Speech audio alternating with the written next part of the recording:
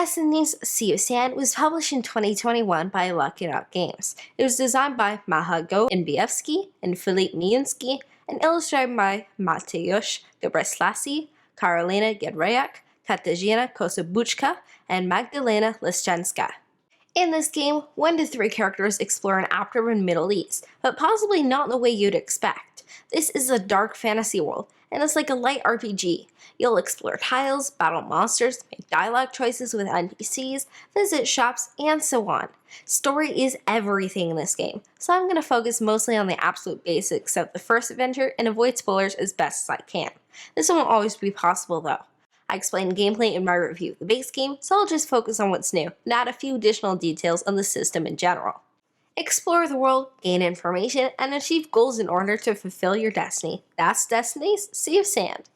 Destiny's, especially with setup and takedown, is already a long game.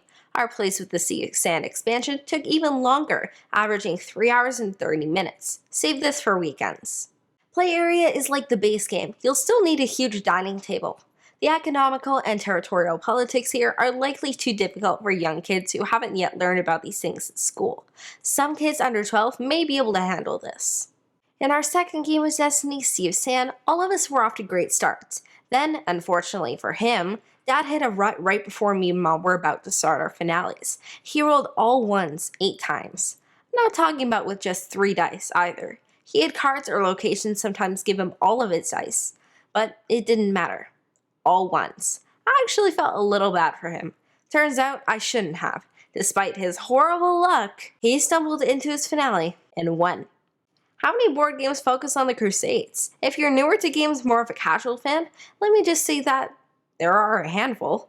A better question is how many show people in the Middle East as the heroes? The story in Destiny's Sea of Sand is not only more connected than the base game, but it shows 2 sides of the same battle, and then puts you in the events afterward.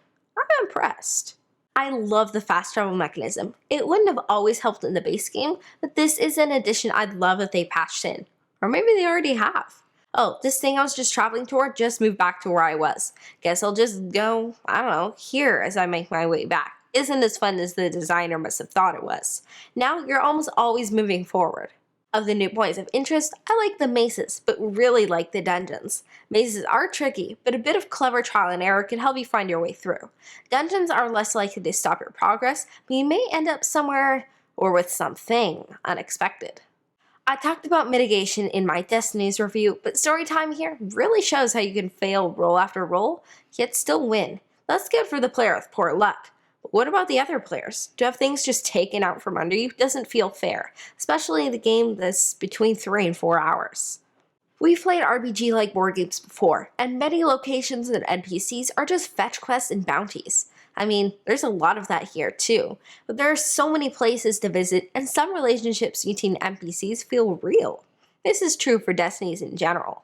With that said, RPGs have extremely open maps and stories. You can have almost endless opportunities in terms of actions and choices. Luck, while also playing a role, may not completely lock you out of doing something in an RPG, even if it isn't an ideal action. Here you could be like, oh, well, I guess I can't do this now. I call this one of the best RPG-like board games. If not the best, it's still very much a board game compared to a role-playing game. Lucky Duck Games continues their hot streak with yet another solid Afterburn game.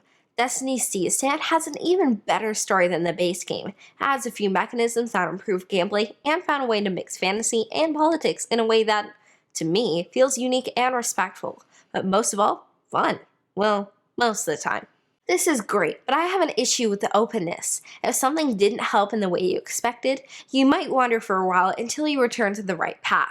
I'll repeat myself. The app needs a history, even if it's only tied to your character, so you can't go snooping to other players' notes. The extra hour of gameplay puts this below the base game because it drags, despite all of the improvements.